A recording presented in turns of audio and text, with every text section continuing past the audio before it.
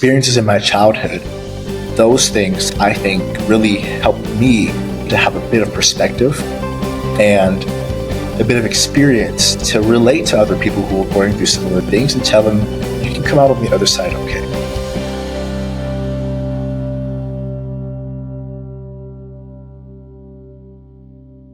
Welcome to the Relaunch Podcast.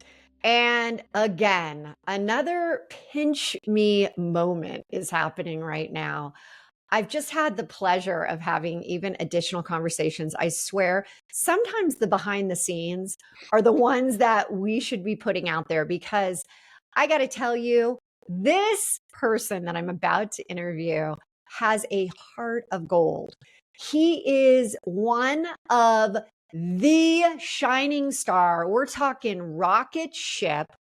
And for those out there, when I say his name and you don't know who he is, well, you are not one of the 5.7 million followers on TikTok that are currently calling him Proud Dad.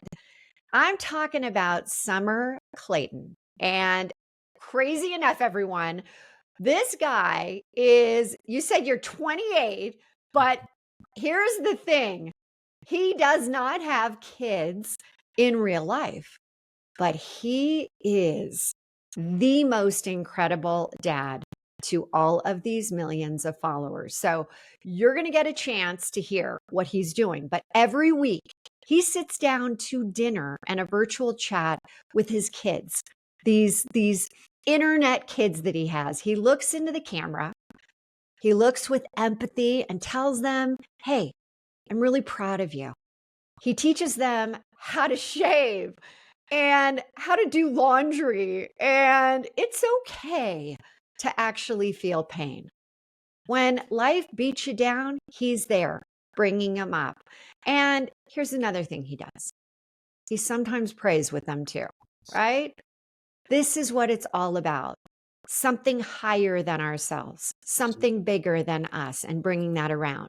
So he may even ask, all right, how was your day?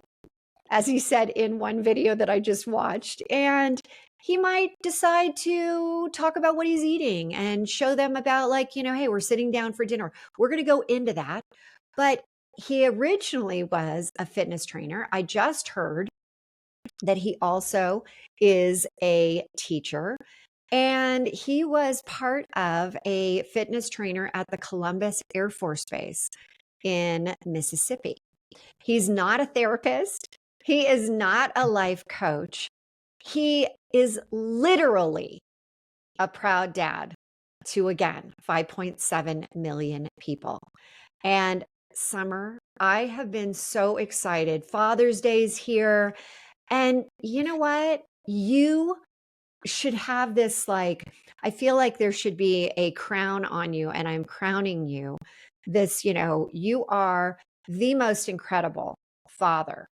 And again, it proves once and time and time again that you don't have to have the biological kids to be there to support people. And so thank you so much for being here today. Thank you, Hilary. I really appreciate that awesome, very awesome intro.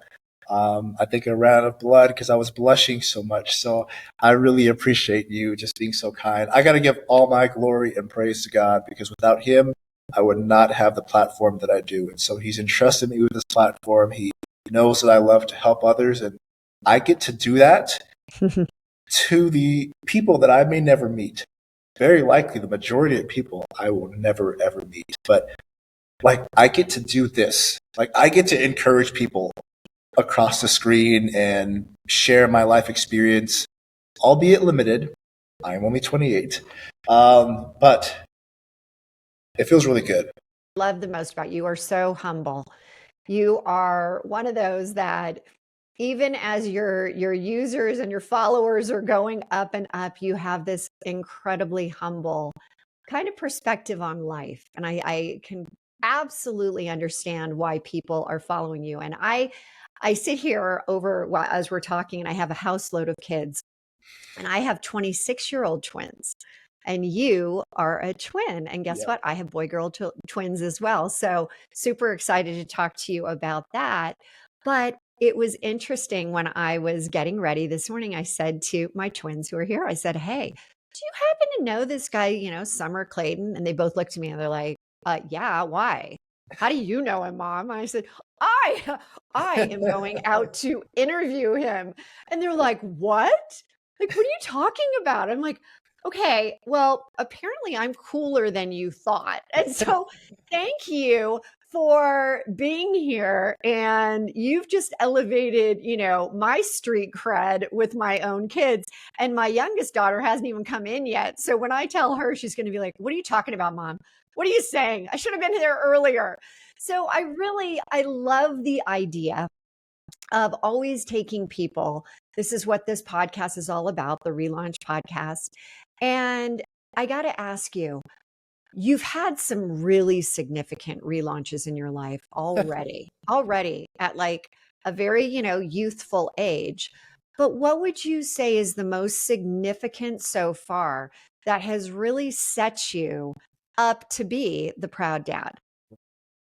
Well, as I continue to just go throughout life, I'm just adding to this story, this testimony that I get to use to share my faith and share how Christ is working in my life. Like at one point, maybe it was just when I was starting my first graduate school and I decided to drop out of my first graduate school. It was the first time I'd ever done anything that significant. That was terrifying for me. And I called my mom. She's like, in short, don't settle. Find something else to do, use your time wisely, and then do what you actually enjoy. And so I said, okay, you know what? I did my gap year, although I wasn't expecting to. I wanted to go from my undergrad right into grad school, right into the workforce, and I wanted to work and train elite athletics. Didn't end up doing that, and we'll circle back around there to the third or fourth or fifth relaunch that I'm currently experiencing. But I did my gap year and then graduated with my master's in kinesiology and sports performance and decided, okay, well, now what? I spent some time during COVID working on a military base doing landscaping until I was blessed with a job to do fitness training as just a group fitness instructor. And then at some point, I was blessed with this job to work with the U.S. Navy aboard a naval carrier. And I was able to work directing fitness programs on that ship. Ended up leaving that job because I didn't want to deploy. We would do these underways in and out, 3 weeks at a time, 2 weeks at a time, because the ship was new. And they wanted to test all of these different components. They wanted to test the hangar deck and the flight deck and certify their pilots. And at some point, when you're done with all of your certifications, you've got to go and deploy. And I said to myself, do I want to deploy living with 2 other people in a very small room? I do not. I wonder if I can find the same job, but working on shore. Around this same time, my TikTok was starting to blow up. One of the first videos that actually brought people to my platform was me showing them simply how to shave. The second video. What year was this? So this was the end of 2020, December. It was January, February, around there. I remember the end of 2020, I wanted to have 1,000 followers on TikTok. At that time, I could go live. Since then, they have reduced the number of followers you need to go live. But at the time, it was 1,000. And it was because it was around the turn of the new year. My family had this tradition where we would pray out the old year and pray in the new year. Just spending our time. Pray out the old year and pray in the new. Yes, absolutely. That was something that was started by mom and dad. And maybe somewhere along the line, their parents did it with them as well. Right. But I wanted to bring it to the people who follow me too. To me, it was a very large following. I didn't know what to do. 1,000 people was crazy because I had all of these messages and comments, and I thought to myself, I need to stick on top of these, every single one, as an aside. But I digress. I wanted to pray out the old year, pray in the new year. And I never made it to that goal, but that's how I know around that time I hadn't even hit to tens of thousands, hundreds of thousands, millions. So around 2021, I had already been doing motivational style content as I started. Wait. Your first thing was teach him how to shave. Yes. Okay, I've seen it. It is so funny when you're like, oh, you may not even really have, you might just have those. It's so great because that's so true, especially with teenage boys where they have, Yes. they have like the two hairs on the left and they've got like the 5 on the chin. Yes. Like so much that a cat could lick it off, know. And that's a joke that I heard from my parents too. So I figured, hey, I might pass it on to this audience and maybe they'll get something out of it. But more so, it was, I think they enjoyed someone teaching them something. I would learn a lot over the course of doing my tutorials, going from hygiene into cooking, into the dinner with dads, which then created a whole wave of other people who started to engage with my content, and then into mental health and fitness and wellness and faith, and just trying to diversify as a whole. But Summer, before we continue down this, first off, this is, Father's Day, and we're right around there. It was interesting. My dad, who passed a couple years ago, was also in the Navy. He was a lieutenant and he taught on board. And so when you said that, I'm like, I think my dad's here right now with us, which is a very sweet thing to think about. But what I love is that you started with just what triggered you to start with, hey, let's just go with the shaving thing. There had to be some type of relaunch there that you're like, I'm going to share this. Was there a family member? Was there like, what happened where you're like, hey, I decided I'm going to go live and I'm going to shave. Right. Absolutely. When I first started using the TikTok app, it was a lot of self-indulgence, just either consuming content or making content that I thought was funny that I think is now terribly embarrassing. I have some old videos on my TikTok. Don't even look. It's so embarrassing. We're going to now go back and look. Please don't. But the people who followed me from the very beginning, they still enjoy it. It was corny, but that's kind of what it was. At some point, when I noticed that people started to follow me, it also felt like an opportunity to kind of lean into the community and just kind of nurture the community that I had.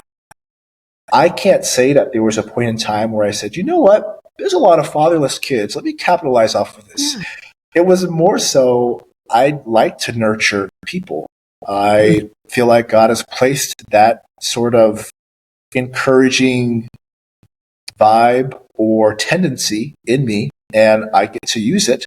I get to use both the negative and positive experiences of my upbringing with my parents and with my peers, and I get to use that to build people up and encourage them.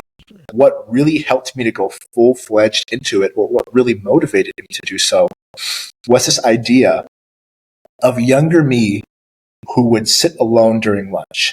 And I often flash back to those memories of sitting alone. And sometimes whenever I see it in TV or media, or when someone sends me a message and say they ate alone or they ate with me, there's a little bit of excitement there because they're benefiting from my content, but the majority of it is just sadness for them because I don't want you to have to eat with me. I'm glad that you're getting some encouragement from me, but I want you to be able to have your own friends and community.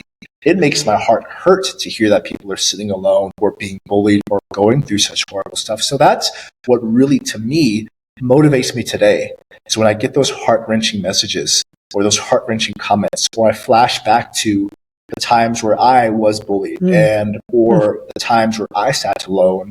And I think to myself, I don't want other people to experience this. And so that's what pushes me to make the content that I do today, the POVs and the tutorials and the reminders about your mental health and the pushing people towards Christ, because I lean on him so heavily.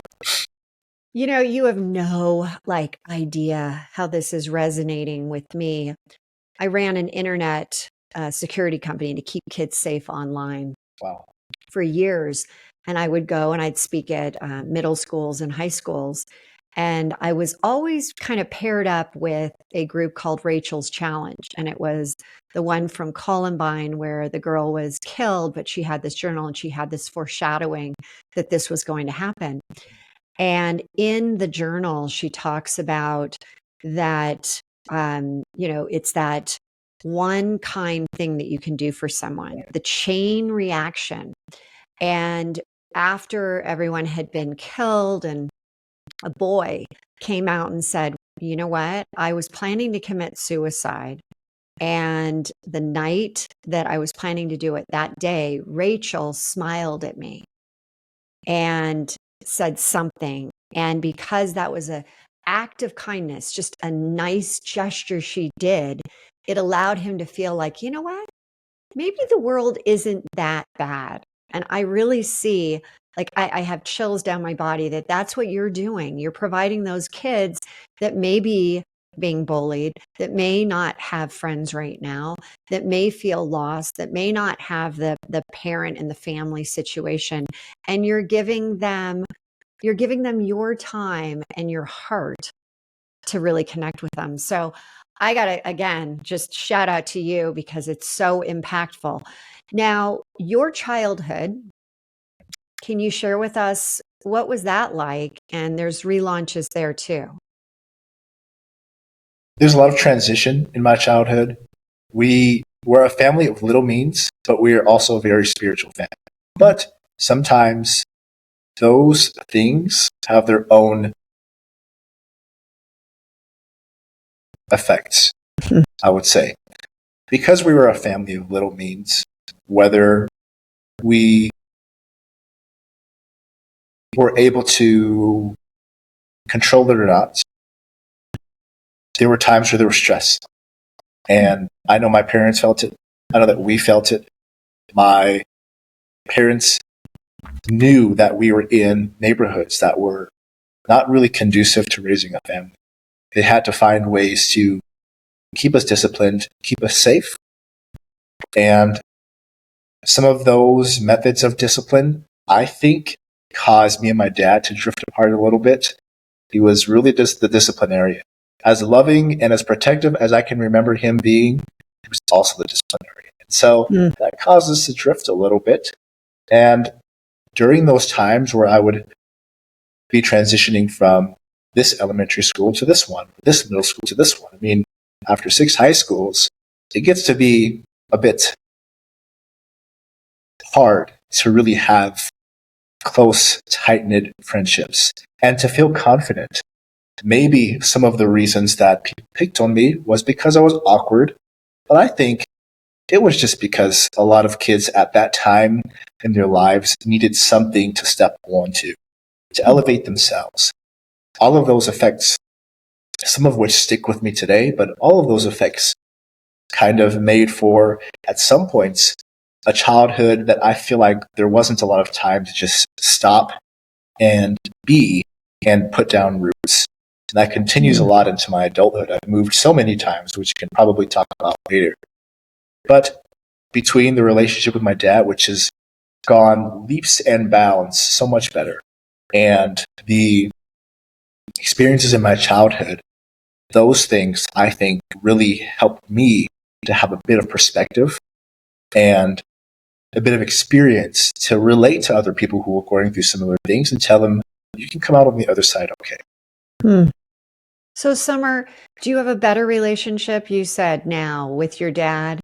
I did see one video that you guys did together, which I thought was really cute, but it sounds like this proud dad has actually helped your relationship flourish. Yes. And I would say it's also the ability of my dad to also be able to chat with me. You know what? When you're young, adolescent, you don't always agree with your dad. And I'm sure that my dad's actions towards me, whether in love or in frustration or both, more likely, wanting to protect us, they had unintended consequences.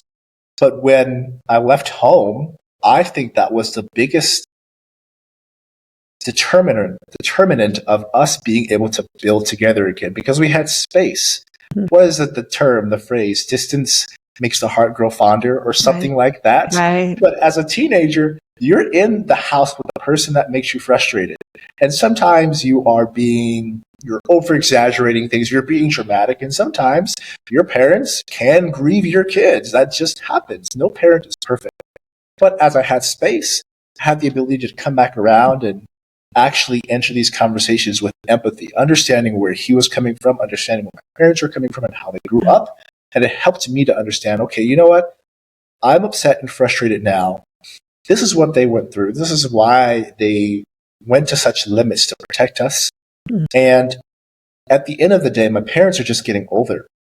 If I'm going to spend the rest of my life just being bitter, I'm literally just, what's the word? I'm literally just wasting this relationship that we have. That's how it felt to me. You are so wise above your years, my friend. I do want to tell you, I was a single mom, 3 kids. You know about my twins, Derek and Danny. And I'll never forget, my son Derek loved to dress up. And he came down and he had gone into a drawer, and I think that there was a bow tie in there. And he comes downstairs and he says, Mom, I'm going to wear this to dinner with you tonight. And I think it was actually Mother's Day. And I always did this with my son. I always had Mother's Day with him. And he comes down, he's like, okay, help me tie it. And I'm like, deer in headlights. Well, I don't know how to do that. And so he says, okay, no problem. I think that I'll just wear the shirt. No problem. He was being so sweet. Well, he comes down about 30 minutes later, and he had gone on YouTube and had basically taught himself how to tie a bow tie. And so when I started watching yours, I literally got tears in my eyes that it's not just, you're connecting, and you have the ability to connect with all ages. All ages can appreciate, because again, it brought my own raising of my children into perspective. I watched recently one of your how to fold a fitted sheet. Right. I'm like, I'm the one that rolls those up, and I kind of like pat it down on the top. Yes. Yep. I do that, and it looks terrible. And I'm watching this. I'm like, oh, Summer, that is so good. So I send it to my kids. I'm like, hey, I never taught you this, Right. but hey, this is really good stuff. I mean, it is so, I love. Okay, so tell me, which are the segments that just really light you up? If you could only do that type of segment, because you have the how-to, you got the dinners, you got all these different things that you're getting into, as you said, what really, truly lights you up? Well, that's a good question. I appreciate you asking that. I really enjoy being able to help people to feel emotion. There's some videos that I create that are higher production. I just use my higher quality camera, and I spend a lot of time editing and all of those sort of things. And they're usually on a specific topic. I don't get a lot of time to do those very often. And truthfully, I know people don't really watch them because they're not short enough. But I really love those because they make me feel something when I'm creating them. And they make other people feel something when they watch them. That's when I know I've accomplished something. So I would say the Dinner with Dads fall into that category. I like the tutorial stuff. I like the life skills stuff. But sometimes I feel like I'm spreading myself so thin. And it really would be very nice to be able to just go a little bit deeper into talking about some of the things that we're all plagued with, some of the maladies that we're all working through, whether it means having these conversations with you, Hilary, or being able to interview other people, or just being able to dive deep into my faith and some of the things that I struggle with, and being able to be transparent about those things. Those are the things that I really love to do, but also just being able to have fun with the community. When I was first starting out, and I know that things have shifted a little bit amongst the people who follow me, but when I was first starting out, maybe 1 million or 2, I was able to have this really fun and light relationship with the people who follow me. They would make jokes in the comments, and I would make jokes right back to them. It's very hard to do that now, because if I were to let that side of myself go onto my TikTok, people are like, are you okay? Did they make you angry? I'm like, I'm fine. You just weren't here 2 or 3 years ago when this was a normal thing to do. So I just really enjoy being able to evoke emotion, bring people into the community and talk transparently about things that we all struggle with, but that sometimes it's just hard for us to speak about. You know what you have right now that is happening? You're an entrepreneur and you're scaling massively, very quickly. And I can't tell you how many people listening are like, I'm spread too thin. And so what we always talk about is kind of really going back to, we call it 3HQ, the headquarters of you, your head, your heart, your highest self, your connection with God, being in your best version of you, and leaning into that side. Because you're right. You can do this, you can do that, you can do that. I mean, you're like the man that can do it all, but you're finding that it's hard to do. So as you're really going forward, and we only have 24 hours in a day, right? How do you manage your time right now? I love the laugh. It's like, is it one of those, am I managing my time right now? I sleep 2 hours a night now. I'm not as busy as people think that I am.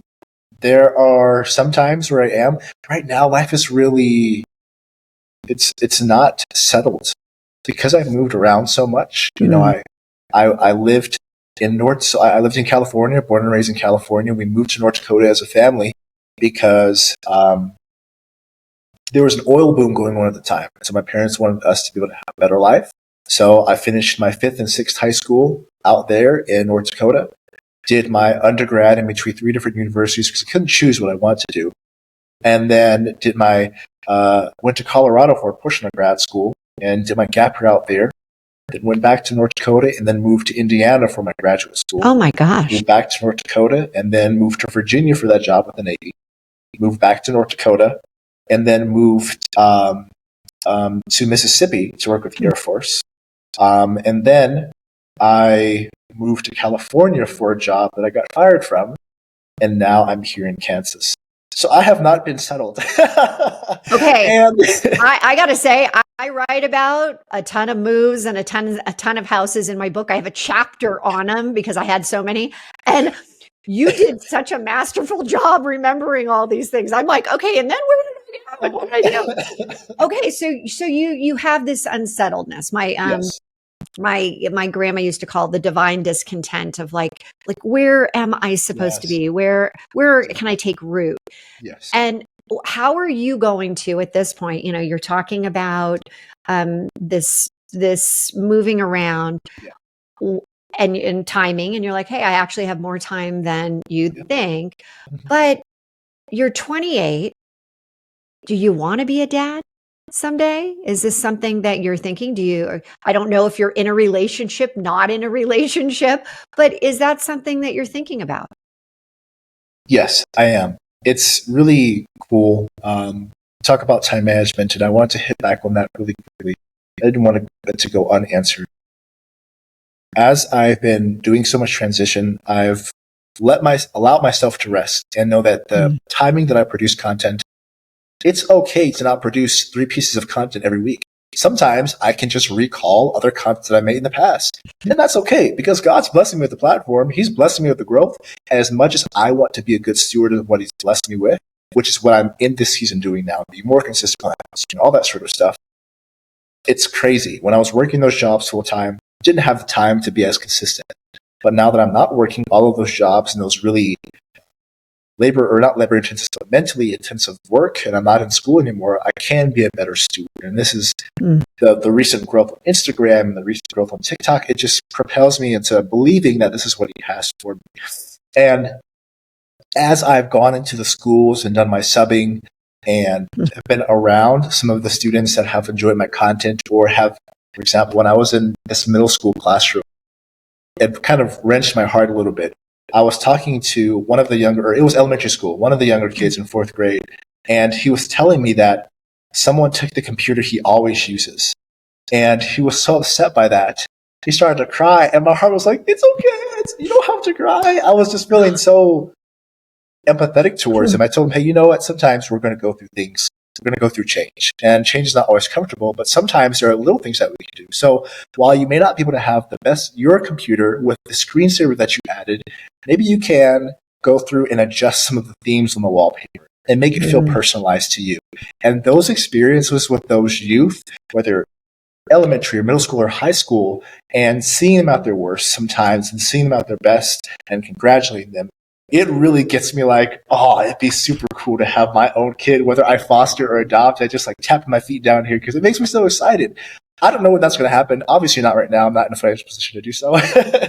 But I do I love get that excited. you're saying, though, foster or adopt. It's kind of like you're leaving it very open. It sounds like your connection with divine is so strong that it's wherever it's going to lead you will be the right place. Absolutely. Oh, well, I also have to say, this morning we got bad news about my stepson. He has only been 21 for probably a month. Finally, it's a passed down car, and a couple days ago it was stolen. Oh, so he's not able to come today, or he'll come tonight or tomorrow because he's dealing with the police and everything. And I witnessed my husband talking to him this morning because he's just, everything was this car, and, so excited for the freedom. And, now I don't have this. And I heard Eric, I call him E, he said, you know what? It's a car. It's a car, and we're going to get you to Colorado Springs. We're going to have an incredible time, the family. And you know what? We'll worry about that later. Right now, it's about getting you here. And it was such a beautiful Father's Day kind of moment. And I'm hearing you as you're going through, these stories. And I got to tell you, you are just, whenever it happens, whether it's, in continuing to grow this audience, it's just so wonderful to see your dedication to humankind, to the kids. And as I said, it's women like me that were single moms. The reach is so huge. But you talk about the fun element, and you just have this, like, I talk about my fun element, and I'm like Lucille Ball, right? I love Lucy. I got that side to me. Who would you say is your, like, this alter ego around your funny bone, around what makes you laugh? Well, it's I love that you're already laughing. This is the best part. Well, it's really, I have to be very careful with the sides of me nowadays, especially because of that shift in my audience. They just don't understand if I'm ever being comical, or if I ever make a reaction video, or if I'm ever just doing something that I think is funny.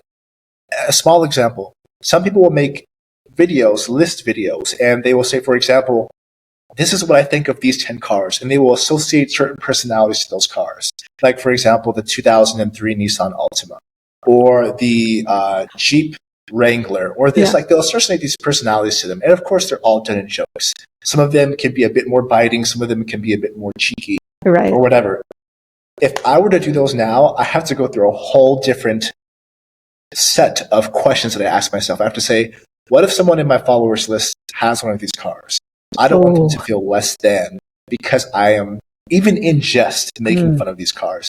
So a lot of the other side of me is a lot of dry humor, but only my coworkers and my family and friends get to see that. I don't let a lot of it go online. And I wish I could, because there's a whole other portion of me, but I want to be really cognizant of the people that follow me, and even some of the things that they see me promote. There's a lot of, Kristen will tell you, there have been a couple times where I have Kristen is the producer. She's on right now. She's doing amazing work here at the Relaunch podcast. Yes. Sorry, my bad.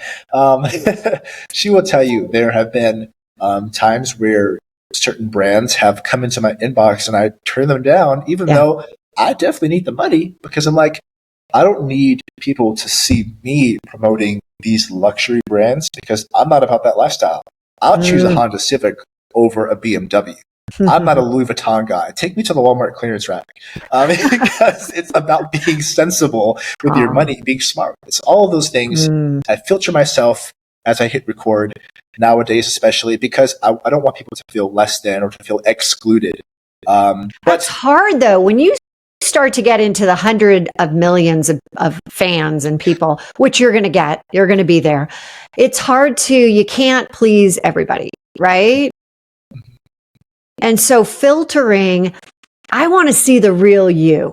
And It's kind of like the people that are going to be signing up and wanting to follow you want to follow the real you. So just think about that. But before we end, I have to ask you, all right, Father's Day, and I love that I'm asking you to do this, but if you could speak to fathers all across the country, all across the world, and say one thing this Father's Day, after all that you've learned, after all these conversations with all these people on your social media, what would it be?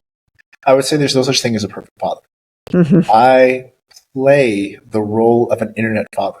And all of my advice is perfect. And I'm going to qualify that. All of my advice and all of my timing and all of the tutorials, they're perfect because I have time to edit. I have time to bounce my ideas off of family and friends. I'm not doing the real work of a father. You're doing the real work of a father, or you have the ability to do the real work of a father. So kudos more so to the people who are out there and having to be the bad guy or be the good guy or cry with your kid and laugh with your kid and celebrate and encourage them. You have the real opportunity to change a kid's life around. If me, someone online who's doing internet dad work, through the messages and comments, have the ability to uplift a kid, how much more you being in your kid's life, physically there, trying your best to be a good father as you do or try to do, can have a role in your kid's life. So no such thing as a perfect father. I think just your presence there, you have no idea how important it is in your kid's life. I call them scazy goals, scary and crazy goals. Okay. Rocket goals that you would love to achieve. What would a scary and crazy, a scazy goal be for you when we come back together as an update? Let's say this show, second time around, I want you on next Father's Day. What would be a scazy goal that you want to achieve? If it's in God's will, it would be super cool to either get into acting or have my own variety show where I can do the hard talks, through the cooking tutorials, the life skills, all in one show, inviting on other positive creators and just have that space. That would be a really crazy goal. I don't know if it's going to happen. Summer, from your lips to God's ears, right? That's what they say. And you've just put that out there. You put it out there, and I have no doubt that it will be, and I'm going to do this. I'm going to actually write it down to contact you and just see where you are in 12 months from right now. Well, it has been so much fun having you here, and to all of the fathers out there, to everyone that is performing as a father image, to anyone out there. Happy Father's Day. Summer, thank you for being here. And I'm so excited to continue to follow you and see where you're going. Kristen, who, as I said, is our producer, I have no doubt you are going to, again, this is like rocket fuel. You are on it. Keep being you. That's my only bit of advice. Just keep being authentically you, because you are one charming, incredible man. So thank you again for being here. And as I always say, as we wrap this up, it's relaunch. You're remarkable. And Summer, you are truly remarkable. Thank you so much for being here. Thank you for having me as well. And again, live now, love now. How are you going to relaunch now? How are you going to hear what we just heard from Summer and have that next you come out? Whether it's doing something crazy like just going live one day and just trying to make something that you know you're supposed to be doing and impacting in this world. So everyone, we will look forward to having you back next week, and have a wonderful Father's Day. Take care. If you like this video and want to get more like it, head over here.